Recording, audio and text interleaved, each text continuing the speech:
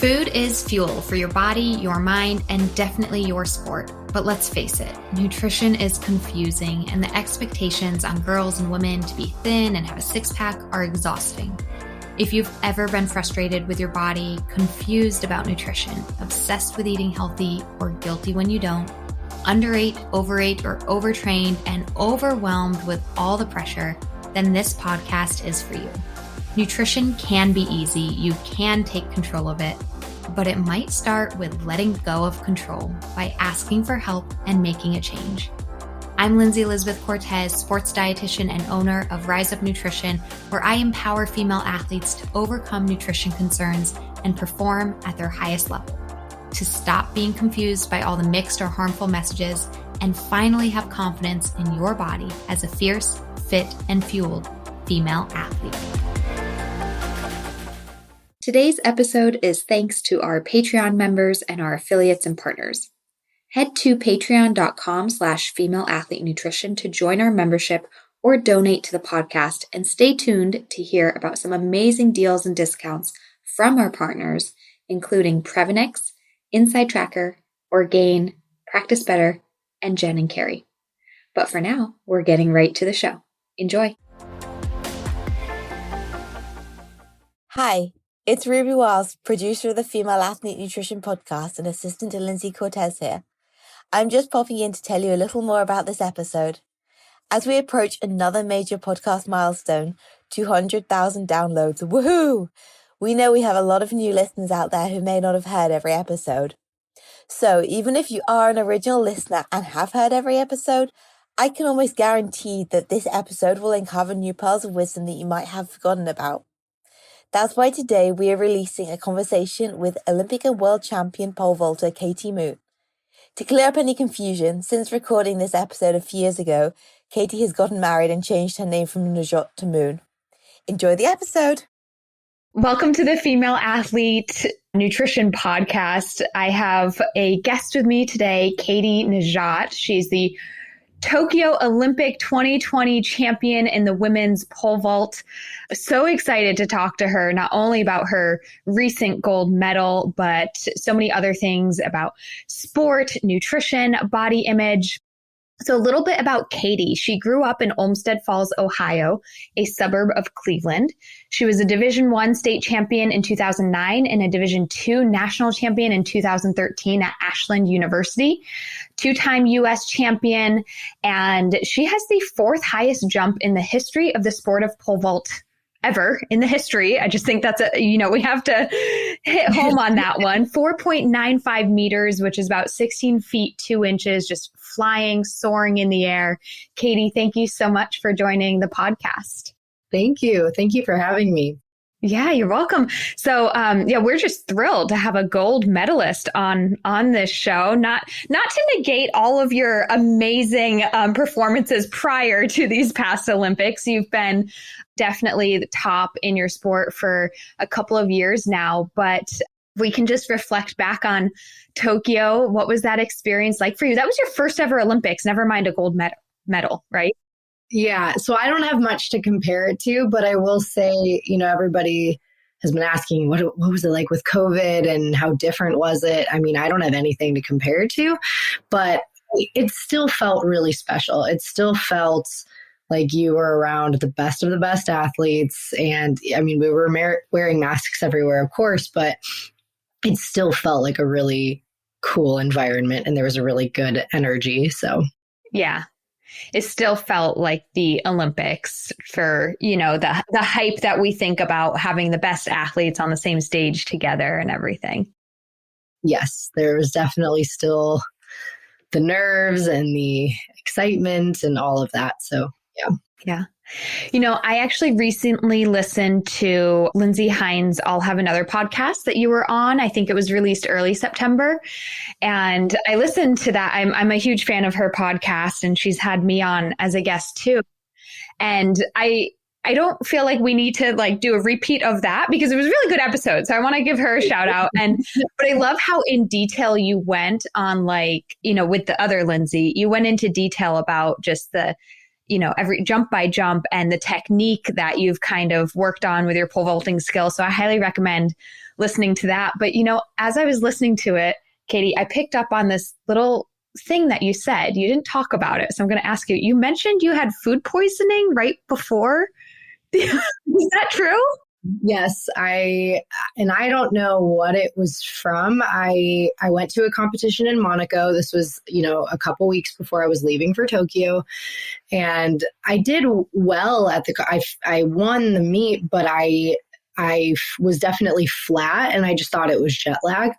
But then in the next couple of days, I started to just feel kind of head cold sick. I mean, I kept getting COVID tests. It wasn't COVID, but I just, especially, so we flew back to Paris after the meet, spent one day there, and I started to really not feel great there, and then flew home the next day, and I really did not feel well on the flights back. But again, I thought it was more just head cold. It wasn't stomach.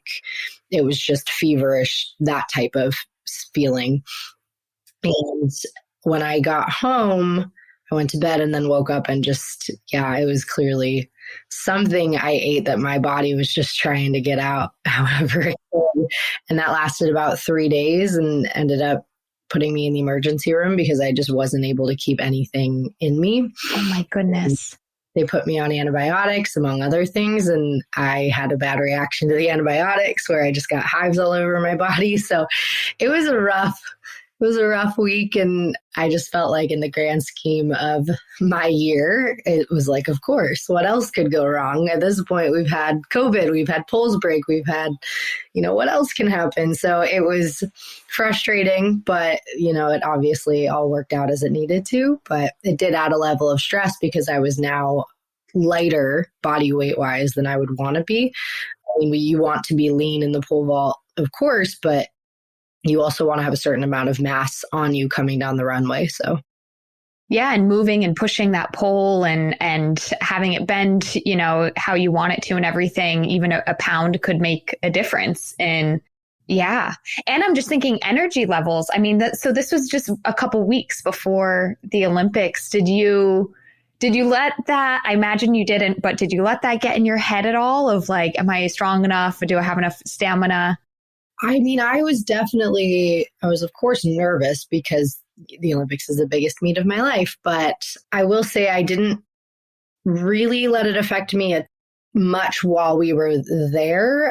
With pole vault poles, they vary in length and in stiffness. So I have softer poles and I was on softer poles. So I'm sure that played a factor, but I tried not to let it get the best of me. So yeah, for sure. I mean, like you said, just what a year in general. And then it's like, oh, of course I'll end up in the hospital with food poisoning before trying to compete. At this point.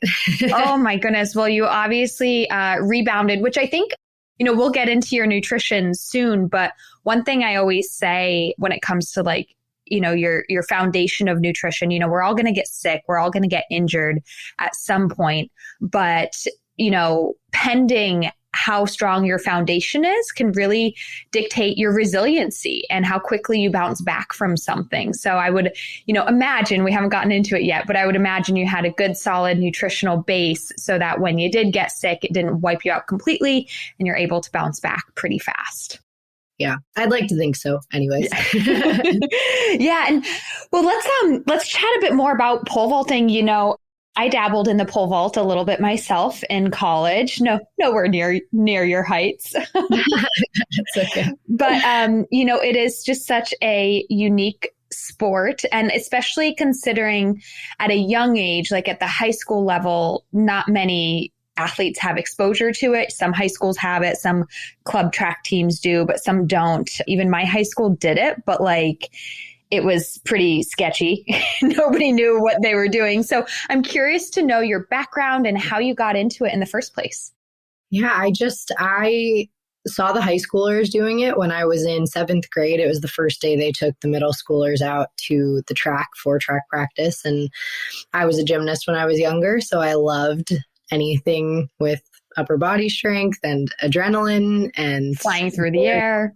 Yes, daredevilish activities. So I knew I needed to try it, and I begged my coaches for days, and they finally let me go over because, again, I think, it was not something they were super familiar with. So then having an athlete try it is just an added thing that they have to worry about. So, but I wouldn't let it go, and they did let me go over. And so I loved it from day one. Yeah. Did you pick it up quickly coming from gymnastics? Were you pretty good at it right away? Yeah, I would say so. I had a very natural, steady progression where I wasn't just a phenom out of nowhere, but I did well at every level. And yeah, but I will say I had to kind of work to be the best at each level for a couple years before, winning the state meet and then winning nationals. It was that was senior year, and then senior year again. And then 5 years out of college is when I made the U.S. national team for the first time and made the world team for the U.S. and won U.S. nationals. So I definitely picked it up quickly, and I was good. And I think coaches saw potential, but I definitely had to kind of work my way up at each level to be the best, I guess. Mm-hmm. Yeah. Now, what was the decision-making process behind going to Ashland University, with it being a Division II school? I always like to highlight this, that D1 isn't everything and you can find success at D2 and D3 schools. What was kind of your decision-making process in that? Was athletics a focus? So I actually went to the University of Dayton for 2 years first and really struggled there. That is a D1 school because I was also very caught up in the D1 and I got a good feeling about it. So I went there, but I actually really struggled there and had a pretty bad mental block. And so at my junior year, I ended up transferring to Ashland, and that's where I had huge success. And especially in an individual sport, especially in track and field and pole vaulting, you can have success at any level because it's just you and the runway and the bar, and it's just you versus the bar every jump. And that's the same at any level. So yeah, I'd like to think that I helped show that you can be successful at any division that you go to. Yeah, absolutely. Now, you mentioned that while at the University of Dayton, you had a big mental block. You mean with your jumps specifically? Yeah. Oh gosh, that can just completely freeze you as a pole vaulter. Yes, because there is what we do, there is a fear element to it, and you can either let it, make you crumble, or you can thrive with it. But for me, there was a lot of change all at once that I just wasn't ready for. New coach, new everything, being away from home for the first time, all of it just got the better of me. And I lost any confidence in my ability.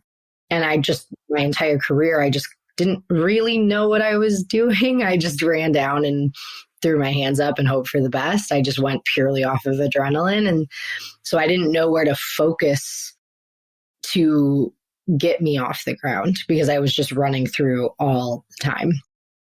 I wasn't even jumping off the ground, bending the pole. It was just run into the pit. You don't even give yourself a chance. So, but when you're afraid of it and that overcomes you, there's no getting over it. It's very hard to get out of that. So that's a big reason why I transferred, is because I needed a new environment and a new situation to get out of this bad mental block. Yeah, absolutely. Again, this is kind of a joke that I'm comparing, but I'm just reflecting on my own experiences with the pole vault. It's a joke because I was a 10 foot jumper. So yeah, I did 10.8 or something like that. 10 That's not bad. So, but what I'm reflecting on is that fear concept, though. You really, you can't get in the air with fear and not, you're at 16 feet in the air, 15, 16 feet in the air. You have to give it 100%. So if there's even just 1% doubt in your mind, you can't get off the ground, because it is very, very dangerous. And so what are some ways that you've, overcome that throughout the years, and how do you address this? How do you give every single jump 100%? It sounds silly because as a high level athlete, you would think no matter what your sport, you're giving everything 100%. But no offense, basketball players, but if you did give 98% on a shot, like you'll miss and that's not good, but you're not going to hurt yourself. Right, right. Well, it started with just, I think, a new environment and kind of a new source of motivation. And we went back to really short approach, really small pulls, and just slowly but surely built that confidence.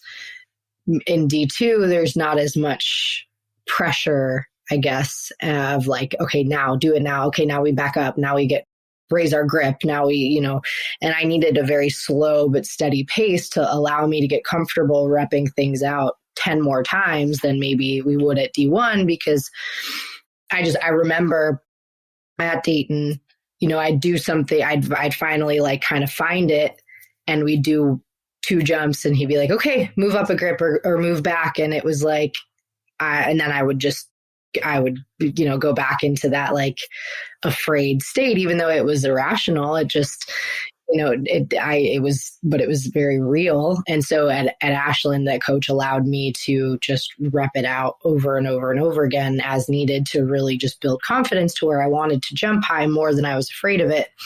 So for a while, it was just using adrenaline to combat it and overcome it. And it wasn't the perfect fix, but it worked at the time. And then when I got to start working with Brad Walker, my now coach, he's the one that really changed the mental side. And he just taught me how to think on the runway and how to focus on the runway. And so as I'm coming down, I have specific cues that I'm trying to execute. So as I'm coming down, I'm just thinking, okay, punch the hand on one. And so by channeling it into a specific action that I'm trying to do, it keeps the fear out of it and the abstract of, okay, take it off the ground, because that's a very abstract, that's not a specific action of, okay, really drive the takeoff, like get the takeoff step down as quickly as you can. By thinking about it as a specific action, it makes it a lot easier to overcome the emotional things.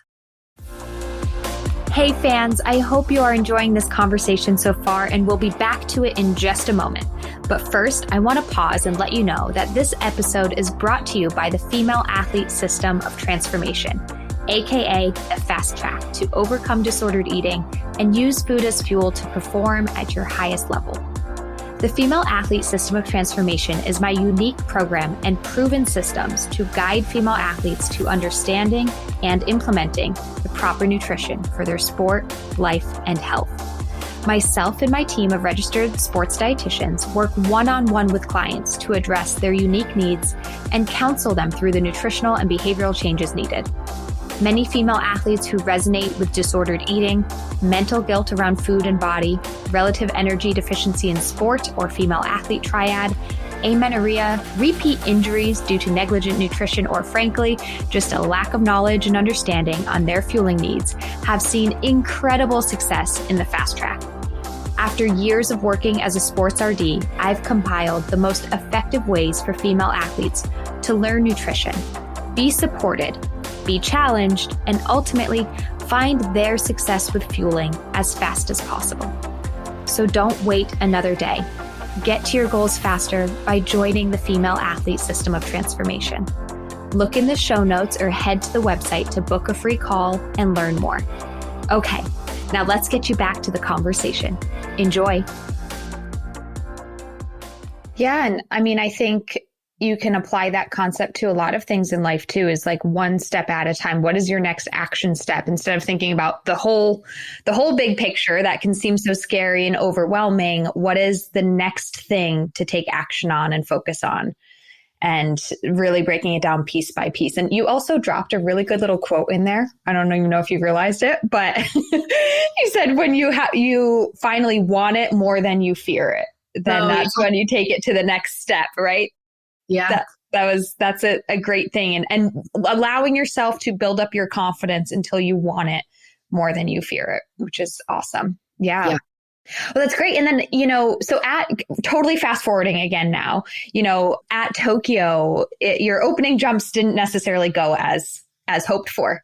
No. Misses, and I don't normally miss at the opening height just because Brad and I have gotten it so dialed in to like, we've eliminated a lot of variables, and my warm-up jumps tell me exactly what pole I need to be on. And I just, during my warm-ups, my takeoff leg, my quad was just so tight, it wouldn't loosen up. And so I spent a lot of trips down the runway just trying to loosen it up. So I really didn't get any good warm-up jumps in. So I think that was kind of a continuation of the warm-up, because it did end up loosening up. But I think I was hesitant in those first couple jumps, really jumping off of it aggressively. So I do think that played a factor. And of course, it was very stressful. But Imagine. once you'll see me, if you watch the meet, you see me kind of talk to myself on the runway, but all I'm saying is my cues. All I'm saying is, okay, jump on one, jump like you've never freaking jumped before. Pull tip up, relax, jump on one. Like, I'm just repeating my cues over and over so that when I start moving, there's not really a conscious thought process, but it's so fresh in my mind that it's like I'm telling my body to do what I want it to do. Mm-hmm. I love that too. Just the power of repetition of your, kind of mantras in your head, because just like you said, it's then when you're actually doing it, it's like in your subconscious, Yeah.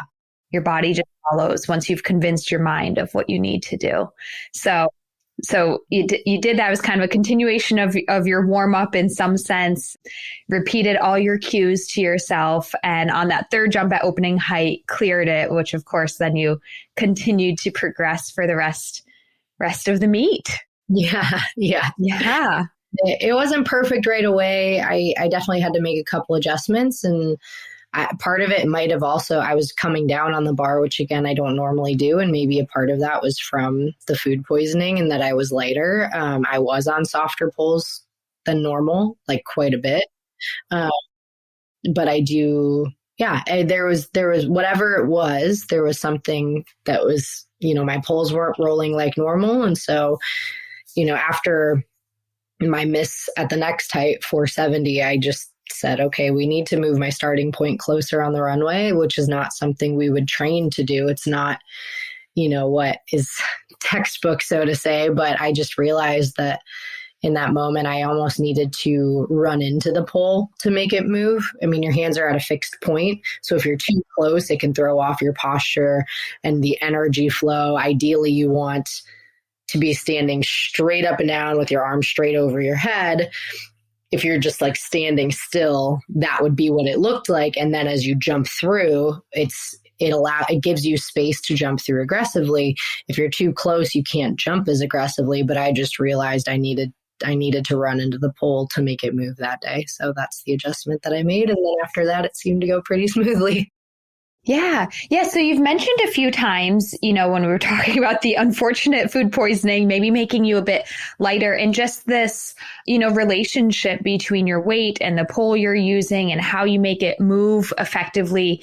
Is this something that you try to manage, or is it something that you more adjust, with being flexible with, just as you said, switching poles or adjusting your steps? Like, how do you, as in a sport that weight plays a role, you're defying gravity in so many ways, how do you approach your own body weight? Yeah, I just try to be conscious of how I'm eating.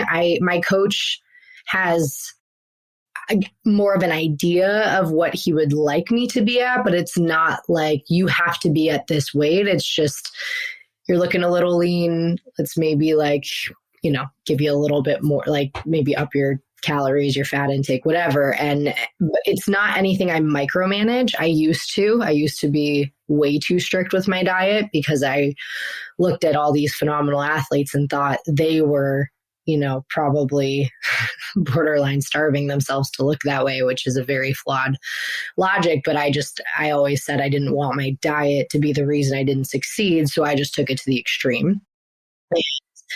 So now it's just, with all the work that we put in, I don't limit myself, and I eat just good quality meals several times a day, and I space them out, probably 2 to 3 hours. I will eat an hour and a half before workout, but I just want to make sure that I'm getting a good amount of food. And so no, I don't eat to be a certain weight. It's more of just eating to fuel myself so that I have energy through the workouts. And I mean, with, again, the work that we put in, I don't obsess about how I look as much anymore, because I think that the body leaning out is a byproduct of the work that I'm putting in, but also by eating. And so, yeah, it's a fine line in pole vault, because obviously the weight, there's a weight ranking on each of the poles,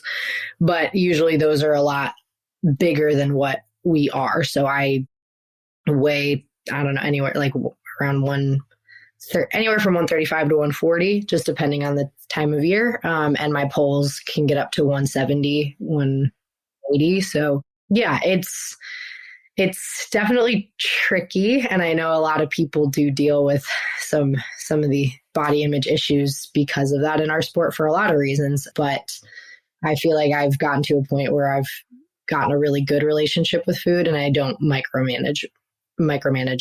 I eat when I'm hungry. I eat until I'm full, and just because I know my body needs it. And yeah. Yeah. Well, that's wonderful to hear. And I think great advice, especially for any younger listeners. And I really appreciate that you said, when you're fueling right to keep up the energy, to train hard, then your body becomes really a byproduct of that. Yes. And that really is what, before, where I thought if I could eat to look a certain way that the results would come. And it's a very flawed logic. Right. It's literally flipped. Yes. Could not be the opposite. Yeah. So I want to backtrack too, just for people who might not be super familiar with pole vault. When you say you weigh, 140 and your pole does 170. So what that means, just for clarification, is that your pole could handle up to 170 pounds of carrying that load, sort of, right? So if you're using a larger pole, you've got to have quite a bit of strength to move that then. Yes. Yeah. And typically most vaulters are on poles that are anywhere from at this level are anywhere from 20 to, sometimes 40 pounds over their weight, just depending. And so, the stronger you are, the more energy you can put into the pole and the stiffer poles that you can get on. Mm-hmm.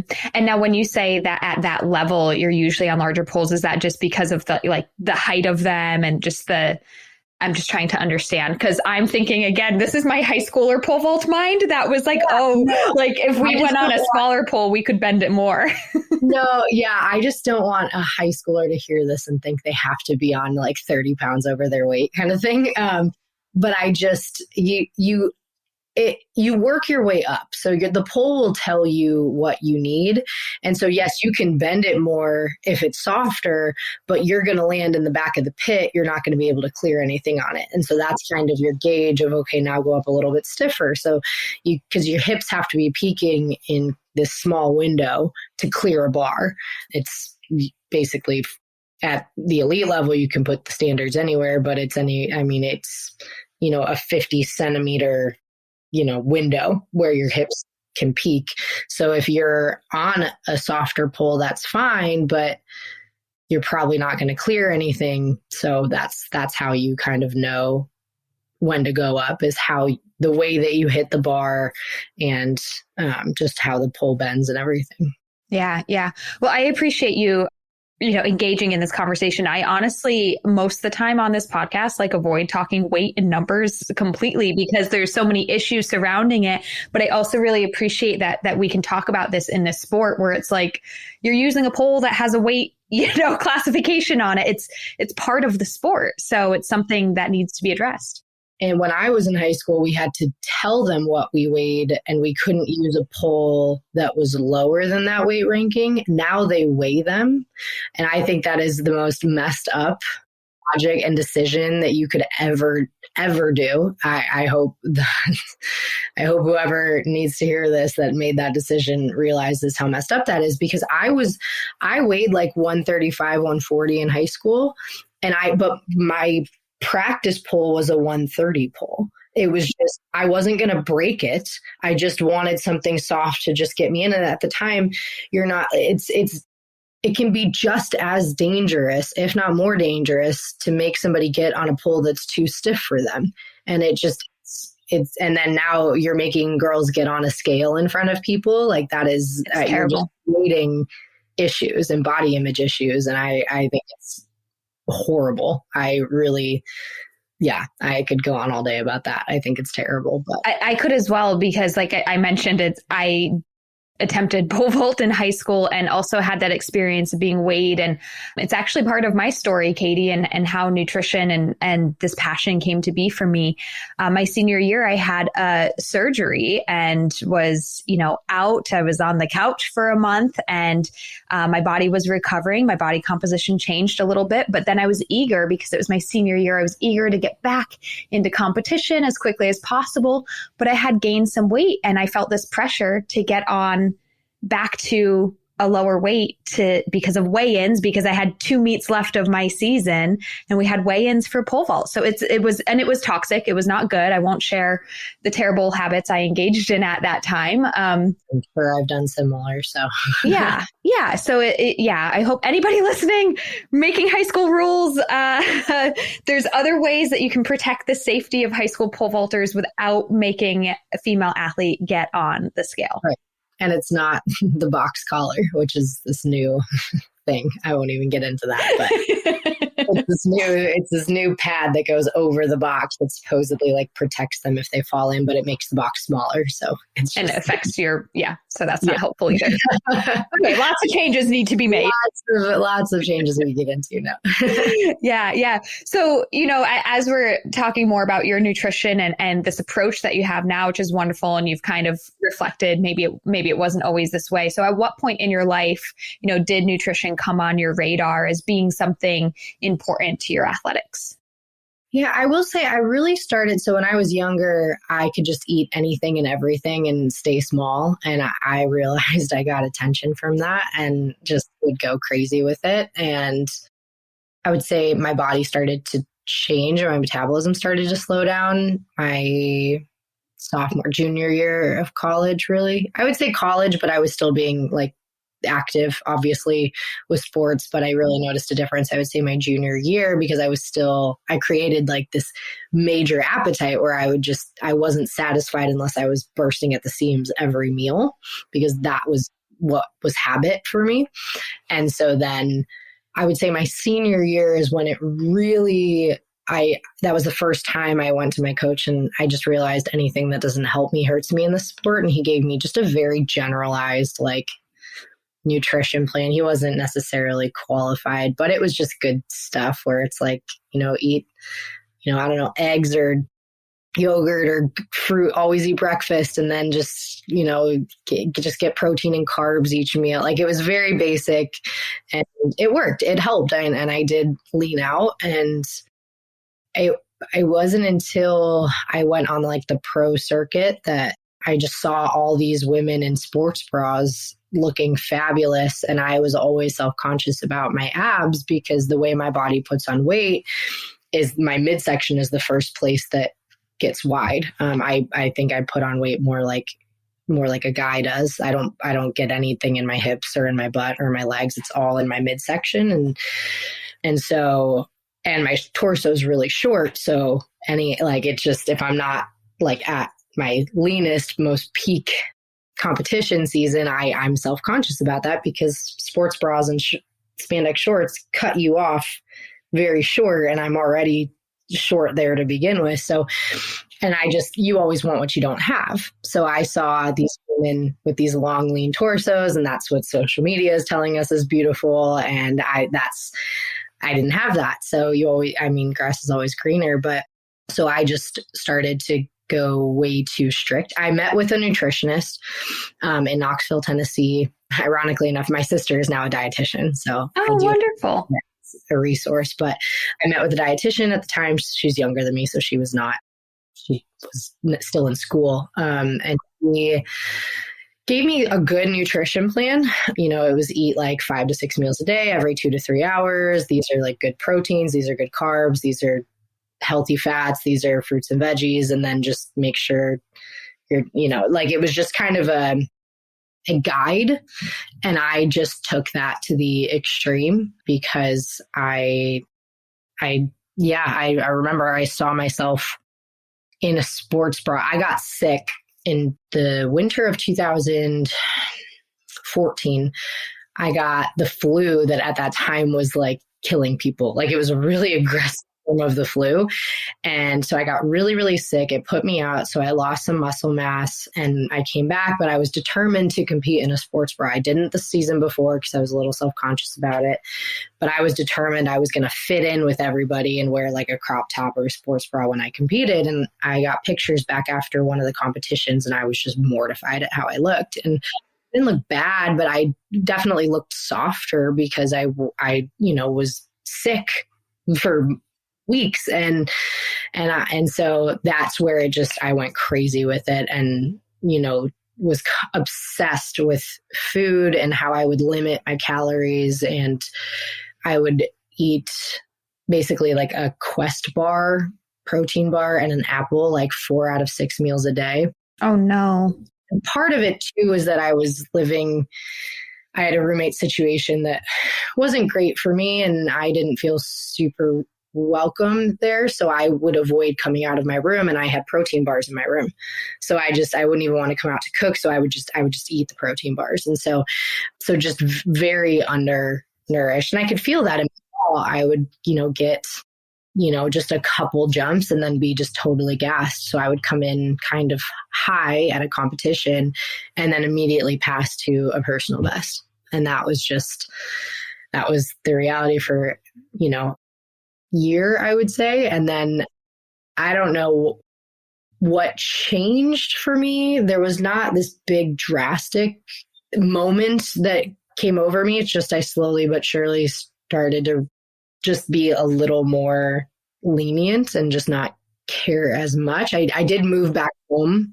I had been in Knoxville, Tennessee, and so I moved back home. And then I think just being more comfortable there, I just started to relax a little bit more with it. And yeah, so it's definitely been a journey with it. And now, like I said, I still use that general guide that he gave me, but I've definitely found a really like healthy way to do it. And I use my sister as, somebody at advice. She works with cystic fibrosis.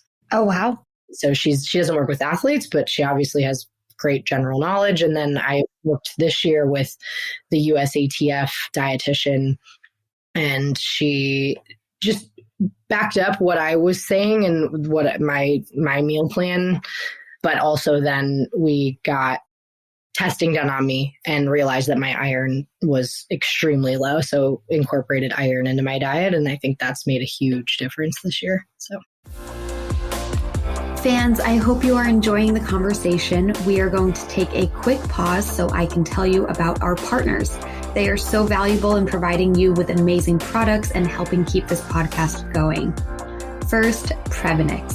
Thanks to their incredible Joint Health Plus product, my aches and pains from running and honestly being a new mom, as crazy as that sounds, have literally disappeared. As I continue to push my body physically as an athlete, and frankly, as I continue to age, I was shocked at the aches I was beginning to feel in my knees, wrists, ankles.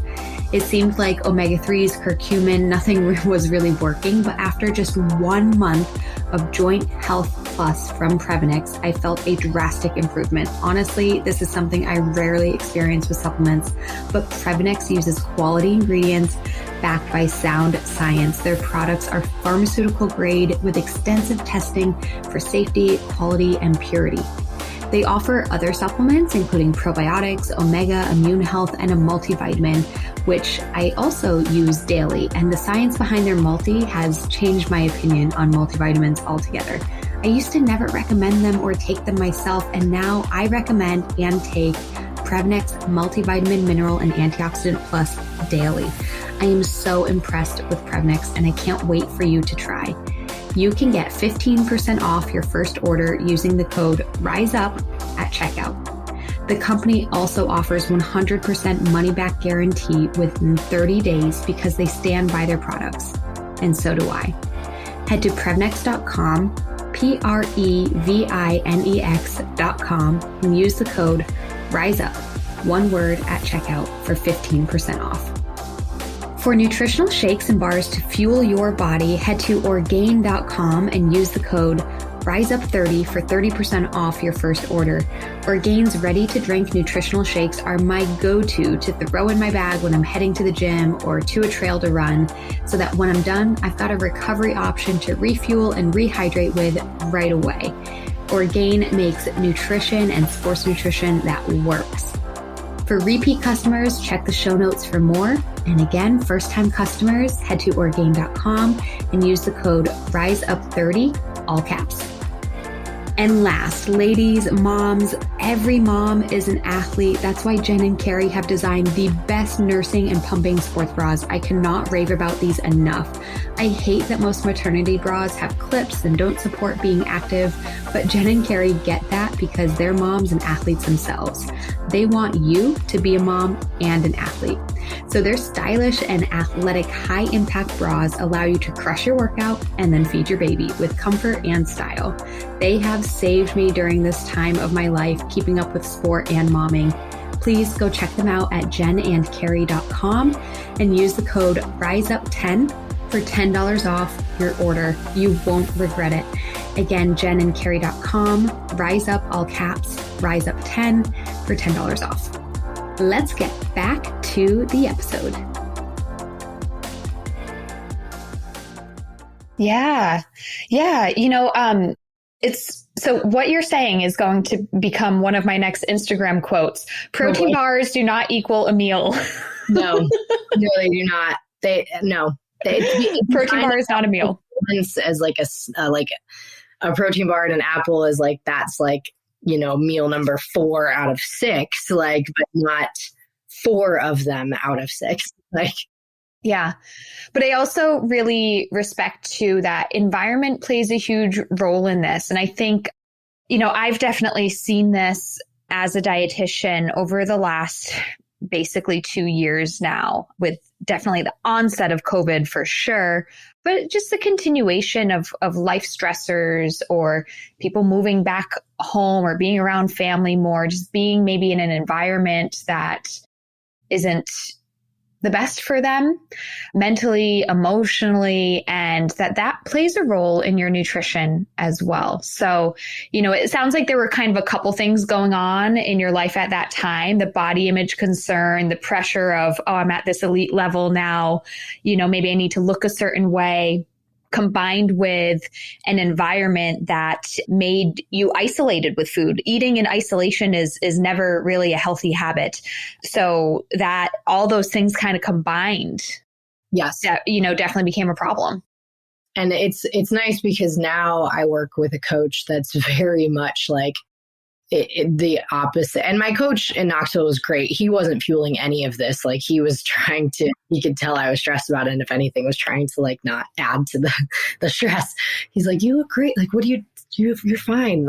But my coach now is big on gaining muscle and gaining mass. And if anything, eating more, making sure that I am eating a lot rather than not enough. And it's very refreshing to be around somebody that's just who cares what you look like? And I know that's easier said than done, especially for a guy, but it's just a very refreshing mentality to be around of no, it's okay to gain weight as long as it's the right way. And with the work that we're doing, it is the right way. But it's refreshing for him to want me to gain weight. And then, I remember during preseason last year, he's like, okay, you're looking a little lean. So maybe go visit your boyfriend and just I will never say this again, but eat whatever you want this weekend to just give yourself something and then come back. It's just having a coach that supports that. Yeah. Supports eating and eating a lot but good quality. As long as it's good quality food and not chips and processed stuff, it's fine. So it is nice having that person to make it okay. Yeah, absolutely. And Yeah, I think your environment, and this is, one of my goals of this podcast is to, spread this message and change the conversation, change the way that we talk about food to just make it a more positive experience. Because having a coach who's talking about it more positively and saying, it's okay to gain weight, or like, go enjoy your weekend, eat what you want, while still respecting the sport. And did you fuel before practice? Make sure you get good quality nutrients to recover. Those are the messages we need to be spreading more often. So it's wonderful that you're there now. And yeah, I've heard and seen coaches that have made their athletes, weigh in and want them to be lighter and leaner. And then I've seen a situation where every single one of those athletes was injured when they needed to, like, at later in the season. They were all super lean early in the year, and then later in the year they were injured. And it's just being too lean can be detrimental to your career. Mm-hmm. Mm-hmm. It absolutely can. And I'm curious to know more about how you mentioned the scenario or the experience at one time of feeling like, okay, I want to compete in my sports bra because this is what everyone else is doing, but then still struggling with the aftermath of that, of not liking how you looked in those pictures. And, a lot of sports, female sports, even male sports, are revealing with the uniforms. Pole vault's certainly one of them. We got little, I don't even know what you call them, but, underwear uniforms on. Yeah, like buns and crop top. And I think it's really like Holly Bradshaw's a pole vaulter that she competes in a onesie. She just wrote a really nice thing about it. Like, she was getting these, she's from Great Britain, and so the media there can be a little tough. They can be extremely supportive, but they can also be tough. And I think she typed her name in, and Holly Bleasdale fat popped up next to it. Terrible. And she wasn't. Like, it's just ridiculous. But like, of course you're young and you see that, and that's just going to just ruin your self-confidence. And so she competes in the onesie now, and always has, because she's like, I'm not going to let my body and worry about what I look like affect me while I'm doing my job and what I'm trying to do. Well, and that's tough, because as much as I want to say, no, wear whatever, show your abs, do it. Who cares what the critics say? It's also important for somebody to focus on what's really important. And so if that means I'll wear a onesie so that I can focus on my sport and not be distracted, then do what you got to do, Exactly. It's like, Holly, you can wear whatever you want, but and like, if this is what makes you feel good and powerful and get the job done, power to you. Like, yeah, it's just, people can be mean. And we're, in a sport where a lot of eyes are on us, you get pictures taken from every angle, and so it just, I have an infinitely better relationship with food and my body image than I ever did. And granted, I do think it's, it's easy to say that, being in the best shape of my life, but also that came from working hard and wanting to jump as high as possible, not because I was trying to look that way. Mm-hmm. Mm-hmm.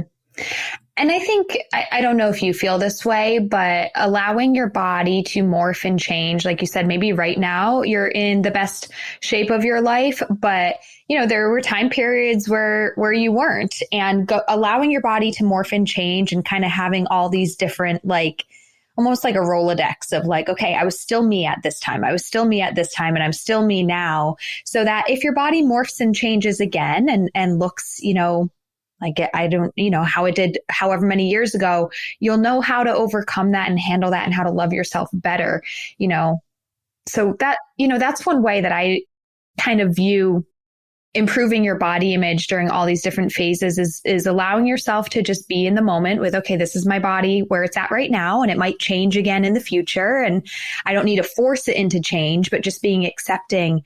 And then, it's easier as you age. This is why I think some younger girls struggle more. But, if you keep yourself in this box of, I can only look one certain way, and you never change, then you don't have that history of different versions of yourself to rely on, if that makes sense. Yeah. And I think you have to find what's important to you. And for me, jumping as high as possible is what's important to me. So at the end of the day, like, it doesn't matter what I look like as long as I'm doing what I need to do. And so right now I'm actually like, my coach kind of encourages like getting a little bit softer in the off season, because when we come back, the workload's pretty tough and you want a little bit of cushion on you, so to say, like and so even now it's tough, like watching my body go through the changes, and it's not, super drastic, but it like when you see yourself in the best shape of your life, it can be difficult to then see your body change. But I just have to say, I don't care like anymore. Mm-hmm. What you care about is jumping your best. And I know how to be healthy, and healthy is going to look different on everybody. I mean, you look at every athlete that was in the Olympics and you line us all back to back, and there are just drastically different body types, and that's they're all healthy. And so it's just at the end of the day, as long as you're healthy, it's like, that's all that matters. Yep.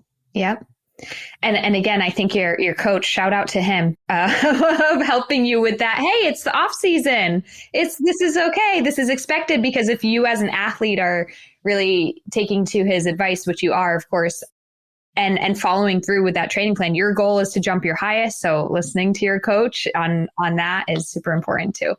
Yeah. And it's not like, go out and like eat whatever crap you want. It's more of just like, don't stress about it. Like, go out and eat. Like, if you're eating a big plate of like pasta, like, that's fine. Like, it's more of like, he doesn't want me eating like I put M&Ms in peanut butter. I love that as like just a little like dessert snack. And he's like, maybe don't do a ton of that, or maybe don't do a ton of cheesy tots or like things like that. But if it's like good quality food, and like, then yeah, like, you just don't stress yourself out and, eliminate things. Like, I can't think of the word that I want to use. Yeah, eliminate, restrict. Yeah, restrict yourself. Yeah. Awesome. With that being said, did you have any sort of celebratory meal after winning gold? Well, so I went back to the village, and, they had a ton of options, but obviously first of all, it's 1 a.m. And second of all, it was, it wasn't anything like you couldn't go out to dinner and really celebrate. So I think I had on my plate at one point pizza, sushi, and breakfast food, like all. Everything looked good. I wanted to grab all of it. And yeah, but I was like by myself, just in the cafeteria, just eating my meal at 1 a.m. after winning. Yeah. just re-nourishing your body. Yeah. For me, I love Asian food. And so sushi, I love Thai food, Indian food, hibachi. I mean, you name it, I love it. So that's typically when I eat that, like when I crave things, that's what I crave. If I order out, that's what I get. And I like it because for the most part, it's really like not terrible for you. I never feel like it's like, bad. Like, and again, nothing's really like that bad. You can have anything in moderation. Yeah. But it makes you feel good when you eat that style food, the rice and the fish, and that makes you feel good. Yeah. I'll get the grilled chicken or shrimp or, whatever. And so it just, yeah. Yeah. Well, that kind of leads us to, as we close out this podcast, I usually have a few quick questions that I ask every guest. And I wonder if what you're saying will answer our very first question. So Katie, if you could eat one food every single day for the rest of your life, but never get sick of it, what would that be? Probably sushi. Yeah. Probably sushi. Awesome. And did you really get to experience it when you were in Tokyo, or no, because of COVID restrictions? No, not really. They did have sushi in the village, but it was more just like cooked tuna, cooked shrimp, vegetables. They kept it really basic. I don't wanted anyone to get food poisoning. So yeah. And you didn't want to go through that again either. Ooh, oh my gosh. I would never have recovered. Yeah. So you'll have to make another trip back to Japan at some point to get your favorite food and try that sushi again. Yeah. Definitely. Awesome. Well, next question. It sometimes seems obvious, but it's also never is. What is your favorite sport to participate in? It's funny because I did not go to pole vault right away. I loved golf I love to play golf. Yeah. So I pole ball, I love it, but I think now because it's like more of my job, I like when I get away from it, it's definitely golf. Golf, a bit more of a relaxing game. Sometimes. Sometimes, okay.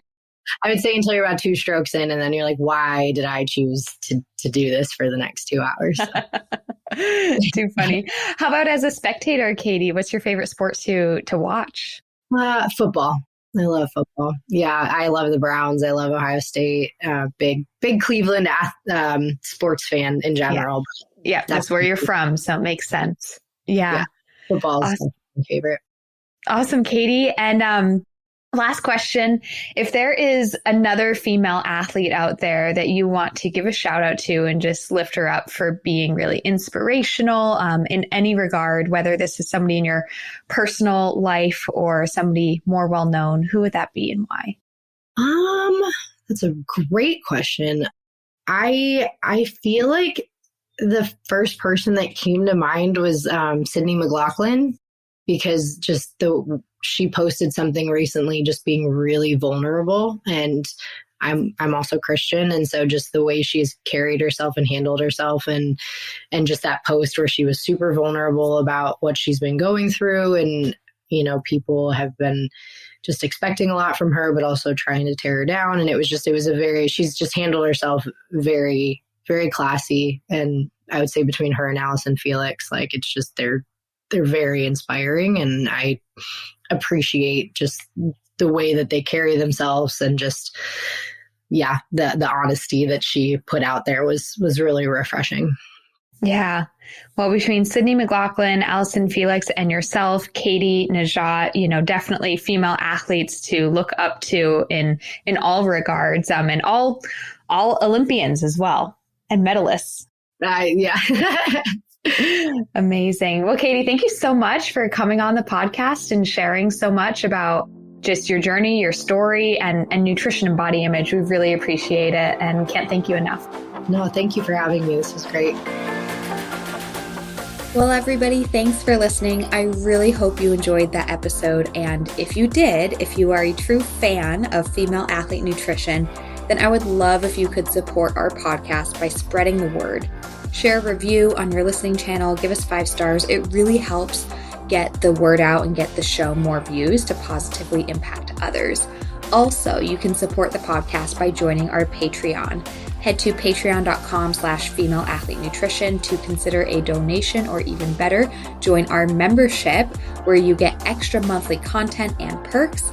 We don't want you to simply listen alone. We want you to be a part of a community and a movement of fierce, fit, and fueled female athletes. So patreon.com/female athlete nutrition is where you can do exactly that, learn more, and join. A huge thanks to our affiliates and partners as well. Once again, Prevenix, Inside Tracker, Orgain, Practice Better, Jen and Carrie. Please go check them out, and their links in the show notes where you can get deals and discounts. Last, be sure that you do more than just listen. If you need help with fueling, it's time to take action. Head to my website to learn more. You can either book a free call with me to learn more about our coaching programs and how we can work directly with you, whether it's the fast track or otherwise. Or you can take our online self-study course, Female Athlete Nutrition. You can literally sign up and gain access right now. You can explore our downloadable products, including the Red S Recovery Guide, High Iron Fueling Guide. Or if you are a coach of a team, check out our brand new Coaches Toolkit for teams. You can also just learn more. We have a blog, a Red S quiz to see if Red S is affecting you. If you need help, I want you to get help fast. Too many girls and athletes struggle with nutrition, but you don't have to any longer. You can rise up with the power of nutrition, take action today in any of these avenues, and become fierce, fit, and fueled. Links in the show notes, and we'll see you next time.